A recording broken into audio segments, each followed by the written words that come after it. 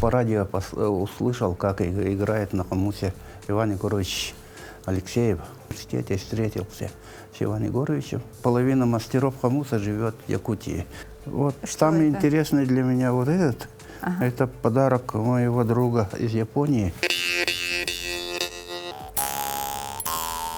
Но могу бесконечное множество звуков извлечь. Вот. Ничего себе. Вот, назвал эту бабочку голубянка скальная Шишигина.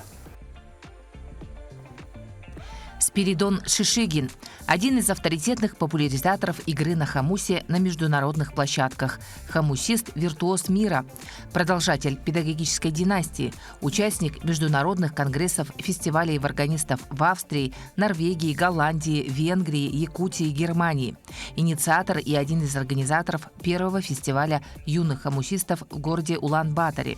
Автор десятка книг о хомусе, сборника стихов и фотоальбома о цветах долины Эркяни. Педагогический стаж Спиридона Шишигина насчитывает 53 года, 33 из которых является бессменным директором Покровской средней школы номер 1. С супругой Герой Афанасьевной живут душа в душу вот уже 52 года.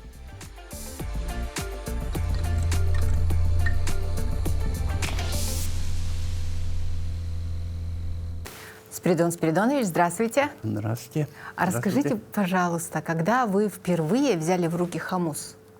Как это получилось? Ну, я вначале, когда маленький был, в школе учился уже. По радио услышал, как играет на хомусе Иван Егорович Алексеев, хомус Иван. Ага. И мне это интересно стало. Ну, а потом у нас появился хомус, потому что у нас в Таваге жил мастер известный Гоголев, Семен Гоголев, Амникаус. И вот у нас дома был хомус. И когда в школе учился, в классе мы показывали концерт там туда-сюда, да? И вот я попробовал на хомусе сыграть. И сразу получился очень такие интересные звуки пошли. И вот мне понравилось. И начал вот свободное время брать и играть. То есть в семье никто не играл до вас? Мать у меня играла, говорят, но она потом болела туберкулезом, да, поэтому она перестала играть на хомусе. А потом уже, когда школу закончил, в университете встретился с Иваном Егоровичем. Но у вас, я смотрю, целая коллекция хомусов. Да? Это же хомусы не только якутские.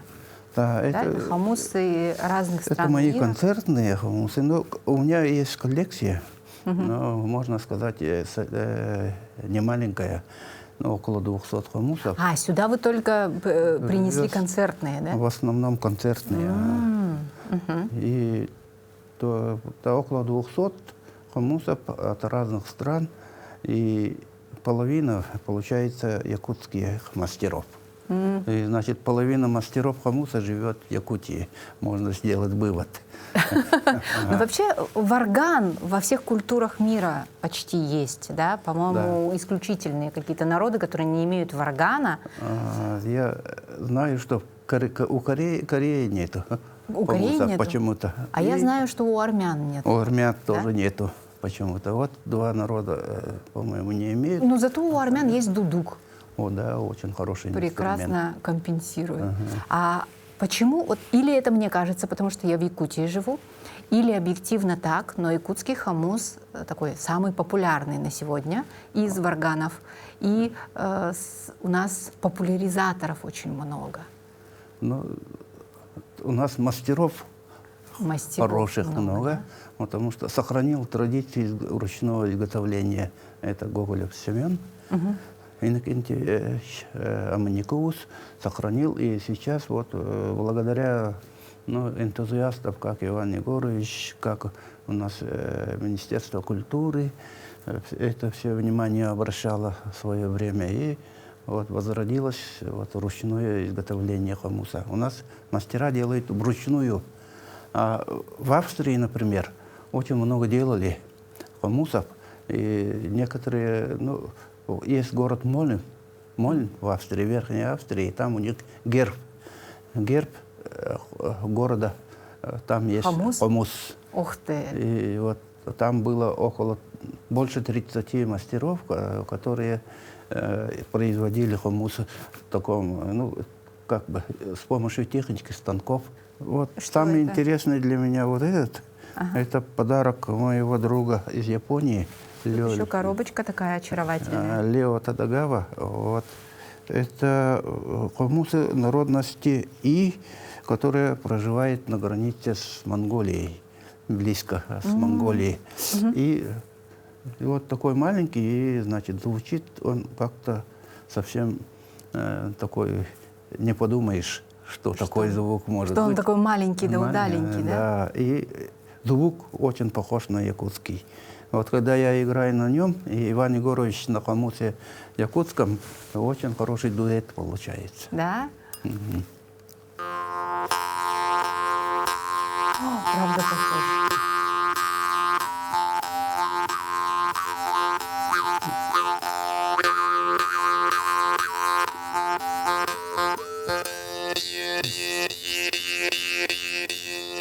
И раз у нас хомусы одинаково звучат, мы, по-моему, где-то там жили, может быть, оттуда пришли, или где-то А вместе вот что-то проживали. интересное. Это что за А вот куча это язычков? хомус китайский, коусян называется, он пластинчатый. Он как орган. Да, по нотам.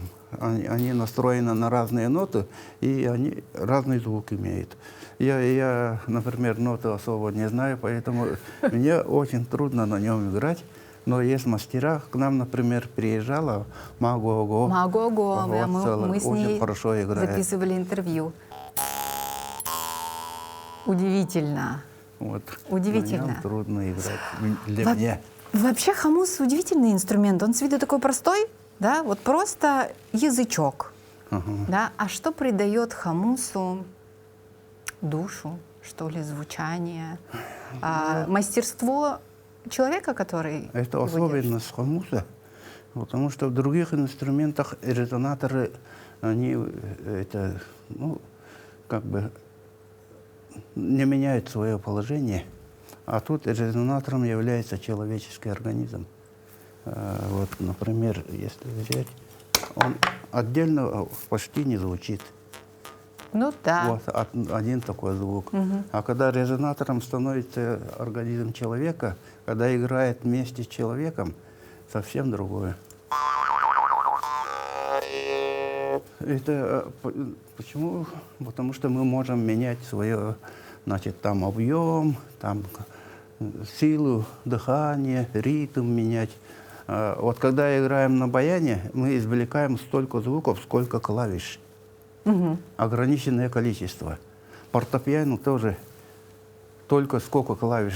Еще и как настроено оно, да, там А влияет. хомус один звук, но мы меняем резонатор. Понятно. Я являюсь резонатором, и поэтому могу бесконечное множество звуков извлечь. Кузнецы очень люди добрые, и очень хорошая положительная энергетика здесь обычно бывает у кузнецов. Но не каждый кузнец может Мастер. стать мастером хомуса. Или каждый? Ну, каждый может сделать, Да. но такие именные хомусы, это надо долго учиться. Нарабатывать. Да. Тогда получается, что мастер игры на хомусе должен совпасть с мастером, Вот. Это который изготавливает хомусы. Ага, Да? резонанс. А, Когда моя энергия исполнителя и энергия мастера, когда игра извлекается, эта энергия в виде волны. И когда я это меняю, положение своих органов речи, ну, полости, грудной полости и так далее, когда меняю, тут другая тоже волна получается. И две волны, резонанс, есть явление резонанса, так. и такая сила получится, вообще фантастической силы и положительное воздействие делает на все окружающее.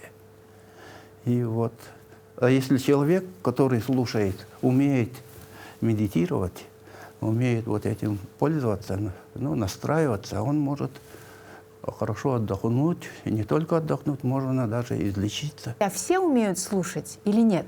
Потому что Нет. есть же такая особенность в в якутском исполнении на хамусе. Есть такое понятие, как использование якутского языка. Да? Когда мастер игры исполняет, он артикулирует, как будто бы говорит или как будто бы поет. Да? Конечно, А если да. человек не понимает якутского языка, на него также будет воздействовать или нет? Не, музыка-то это не зависит, по-моему, на каком языке разговаривает. Но, например, если на хамусе раньше разговаривали, говорят, люди, ну, изъяснялись любви, музыка универсальная. Спиридон Спиридонович, скажите, пожалуйста, вот про ваши знаки нагрудные. Вот то, что посередине, это, я так понимаю, знак виртуоза мира, которого вы да. получили в числе первых. Один из первых виртуозов, это был первый конгресс в Якутии. Якутии. Второй по счету. Это первый конгресс организовал Фредерик Крейн, американский музыковед, ученый. Он собрал всех людей, интересующихся хамусом, барганом у себя в Айова-Сити и провел конгресс. И там, значит, доклады читали, меняли опытом, слушали музыку. А у нас второй, когда у нас был, 1991 году в Якутске второй конгресс был, и там был первый международный фестиваль хамусной музыки. И там международное жюри назвала 9 лауреатов. 9 лауреатов, и это виртуозы мира. 9 человек было, один из них я, из Якутии 3. Это Федора Гоголева, Петр Готоев. А потом были из Америки Майк Сигер, из Франции Жон Райт, из Тувы был, и из Киргизии, из Башкирии Роберт Загреддинов, из Тувы Геннадий Чаш, из Киргизии Суйдум Тюлекова. 9 человек назвали. А какой-то еще есть интересный знак у вас? Какой? Да. Что-то может связанное быть. с Монголией. Вы в Монголии звание получили? Может быть, это отличник культуры Монголии. Отличник культуры Монголии, точно. А каким образом вы стали отличником культуры Монголии? Я в школе работаю, и в 2014 году меня пригласили во время отпуска и сказали в администрацию нашего района. И сказали, оказывается, наш район начал сотрудничать с Чингисханским районом города Улан-Батор. И оттуда приехал директор 61-й школы этого района Улан-Батора. И мы с ней подписали договор сотрудничества. Я думал, может, как обычно бывает, договор подписал, и это забывается иногда же. Я особо вначале, конечно, много внимания не уделял, но она оказалась деятельная. Аюш Мухчимек, директор, уже осенью, уже в сентябре приехала с большой делегацией своих учащихся. И у нас началось сотрудничество очень тесное. Такой обмен культурой. Да? И наши дети туда ездили. И как раз эта школа похожа, как наша школа. Мы-то большое внимание уделяем традиционной культуре. Воспитательная работа у нас основывается на это традиционную культуру. И они увидели наш хамус, заинтересовались. И когда приехали мы обратным визитом к ним, и оказалось, они считают, что хамус — это атрибут шамана, инструмент шамана, и поэтому остались единицы, которые играют на железном хамусе. И детям почти, что можно сказать, запрещали. Мы объяснили, что это обычный музыкальный инструмент, и притом самый лучший инструмент, и даже самый древний инструмент хамус найден в Монголии же, около 3000 лет тому назад. Да. Костяной варган. И вот когда мы это объяснили, они заинтересовались, и мы организовали фестиваль хамусной музыки для детей. Для детей. В Монголии? В Монголии. Монголии. У нас постоянно выходит. Там первый фестиваль в школе проводили, а потом заинтересовался глава этого Ченгелтейского района сам, Жансарангин Эрденеват, и он решил возродить эту культуру игры на железном варгане Как монгольском. здорово! Это же так много для культуры народа. Да-да, и они нашли почти столетних исполнителей, которые носители традиции. Старый хомус нашли свой, отыскали и начали играть. И вот мы там проводили конкурсы. И, конечно, вот это оценили, сказали, но это очень важное дело. Могли, утерянное почти искусство традиционное возродили, Ну, а можно сейчас у вас сказать. довольно много монгольских хомусов в Так, коллекции. вот один из результатов это они, конечно, совершенствовали мастерство изготовления. Раньше, первый хомус вот такой был, это на станке делали, а потом появились мастера, которые делают вручную. И вот дошли вот до такой хомус уже. Очень похож на якутский. Да, на якутский, и очень звук тоже хороший.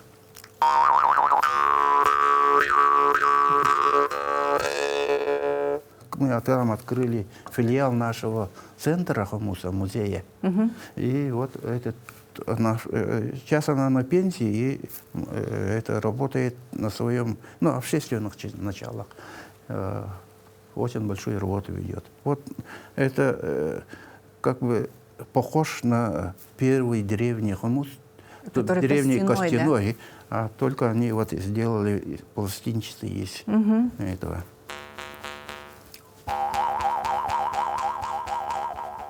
Вот. Ничего себе. Вот, по размерам старинного хомуса ихнего, который столетний, звучит плохо, мы попросили наших мастеров изготовить. Наши мастера откликнулись, 20 мастеров изготовили хомусы. И в 2019 году мы эти хомусы подарили от имени наших мастеров детям Монголии. Скоро 35 лет вы, да, директором Покровской средней школы номер 1 являетесь? 92 года. Удивительно. И 50 лет в образовании. 1972 года, когда мы учились в университете, из-за нехватки математиков попросили нас, студентов, поработать в школах республики учителями. И вместо того, чтобы учиться в университете в 5 курсе, готовить дипломную работу, мы поехали работать в школы. Вот вы как человек, который работает с детьми, который работал и с нами, с нашим поколением, и с современными детьми, скажите, пожалуйста, насколько изменились дети и куда мы все в итоге придем? Как вы думаете? Я думаю, что дети все равно остаются детьми, такие же дети, но окружение меняется, взрослые меняются. Дети всегда подражают взрослым, особенно в первую очередь родителям, и учителям тоже. Я считаю, в СССР было очень такое у нас счастливое детство, и у вас также.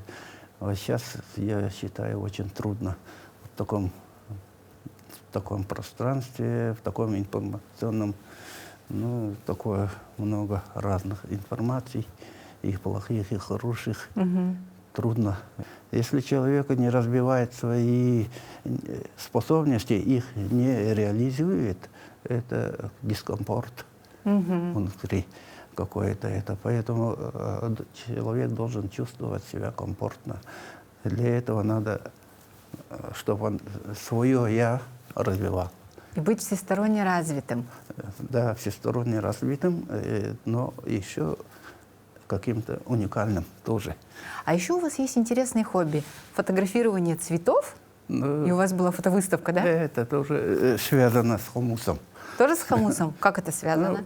Потому что я ездить начал по фестивалям в разные страны, посещал, и там друзей много появилось во всех странах. И я рассказываю, у нас страна-то, родина такая, природа красивая, туда-сюда. Они-то считали вначале даже, как слушали, но говорили, как это так? У вас Докажи, же так да? постоянно холод, снег, так, зима долгая, откуда у вас цветы могут быть? Ну, я стал фотографировать, показывать. И отправлять по почте им, да, фотографии? Нет, уже фотографии показывать, потом уже это увлекся. Ну, и я в детстве это все на природе детство провел. Гонялся за бабочками еще, когда маленький был. А еще у нас есть бабочки, да? И одна из них в районе Ленских столбов носит вашу фамилию. Как так Ну, получилось, Спиридон Спиридонович? Опять же тоже хумус. У меня, Хумус говорю во всем же, виноват. друзей, что у меня очень много хумусистов. И это во Францию я в 92 году ездил на открытие выставки «Раскованная Сибирь» как раз. И там встретил одного хумусиста. Но тогда я еще не знал, что он энтомолог. Ленские столбы поехали, и он приехал, как раз ногу сломал, вот здесь ступню, и этими ходил. Не мог за бабочками гоняться. И вы гонялись? Сачок мне дал, и мне вот такой сачок я раньше никогда не видел, профессиональный, хороший, большой, можно удлинить, ну, и так далее. Ну, и поймал ему несколько бабочек на ленских столбах. И он поехал и написал, что это редкая бабочка, но это, чтобы его как открытие зарегистрировать, надо поймать самку. А я не знаю, как это их определить, но попросил друга, значит, В общем, поехал. вы ловили бабочек? На следующий год поехал специально и ловил бабочки. Бабочки я отправил. Ну, первый год поехал, там не поймал, потому что вода большая была. Никаких бабочек не было. Ну, наша природа Вот. может, да. А следующий год такая ветреная погода была, трудно было поймать, и штук 5 только поймал и отправил.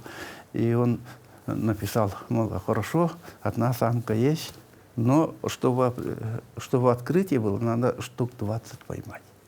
И вы поехали на третий Опять год? еще раз поехал и ловил, пока не поймал 20 штук ему. И в знак благодарности он назвал ее вашей фамилией. И он это все описал, все ученые признали, наши российские тоже, что это новая бабочка. И он назвал эту бабочку голубянка скальная Шишигина. Понравилось обратно в детство попасть. Это директор школы. А вы вообще Всё время азартный, уже, да, человек? все время ходил. Ну, можно сказать, потому что если я что-то задумаю, пока не сделаю, покоя нету. Поэтому, не торопясь, постепенно, потихоньку, все равно поймаю. Вот если надо поймать такую бабочку. Если надо поймать, поймаем. Если надо установить мировой рекорд, организовать самое большое скопление хомусистов, организуем. Это брат организовал. Ну, Николай. у вас семья вообще, конечно, И выдающаяся. Он еще хумус в космос отправил, Николай. Вот это наш хумус. Я когда говорил, это вот Кулаковский тоже пишет, что это такой инструмент необычный. И я говорил, это космический инструмент. И брат говорит, тогда надо его отправить в космос. И вот через Афанасия Ивановича он нашел Кононенко Олег Дмитриевич, космонавта. Он в Актемце приезжал. И тот согласился взять хумус свой. Через Афанасия Ивановича Ноева, да, министр культуры. Кононенко нашел. И когда Кононенко согласился, Николай хотел, чтобы я поехал в Москву, учить его играть на хумусе. Но я, конечно, не мог. Экзамены вот как раз начались в такое время. И я нашел, там работал Станислав Николаевич Дежков в Москве уже. В Кремлевской больнице работал. Но я с ним постоянно связь держал и телефон дал. Вот Коля договорился, и они договорились, и он учил его играть на хумусе. И вот Олег Дмитриевич на космосе так пока летал, играл на хомусе. И вот. Спиридон Спиридонович, вашу жизнь надо записывать, мне кажется, бесконечно брать интервью, какую-то трилогию, да, про жизнь. Тут еще есть книга целая про педагогическую династию Шишигиных. Это вообще отдельная история. Но время эфира, у нас, к сожалению, очень ограничено. И мы обычно традиционно заканчиваем пожеланием нашим телезрителям. Вот я вам от себя желаю оставаться таким же оптимистичным, энергичным и вот таким же азартным человеком, которым вы являетесь. А вы, пожалуйста, пожелайте нашим телезрителям что-то от себя. И мне кажется, лучшим пожеланием в вашем исполнении будет игра на каком-то из любимых ваших хомусов. В завершении Так, ну, нашей конечно, сегодняшней встречи. всем нашим телезрителям пожелал бы, чтобы здоровье было в первую очередь. Ну и во-вторых, мирное небо, чтобы было на звезде и навсегда. Ну, и для этого я сыграю на хомусе, который сделал мне мастер Иван Колодезников из Белюйского района. И на нем я сыграю вальс, потому что хомус — это не только для фольклорных вещей, можно на нем играть любую музыку. Все что угодно. Все можно. Это лучший, самый лучший инструмент в мире.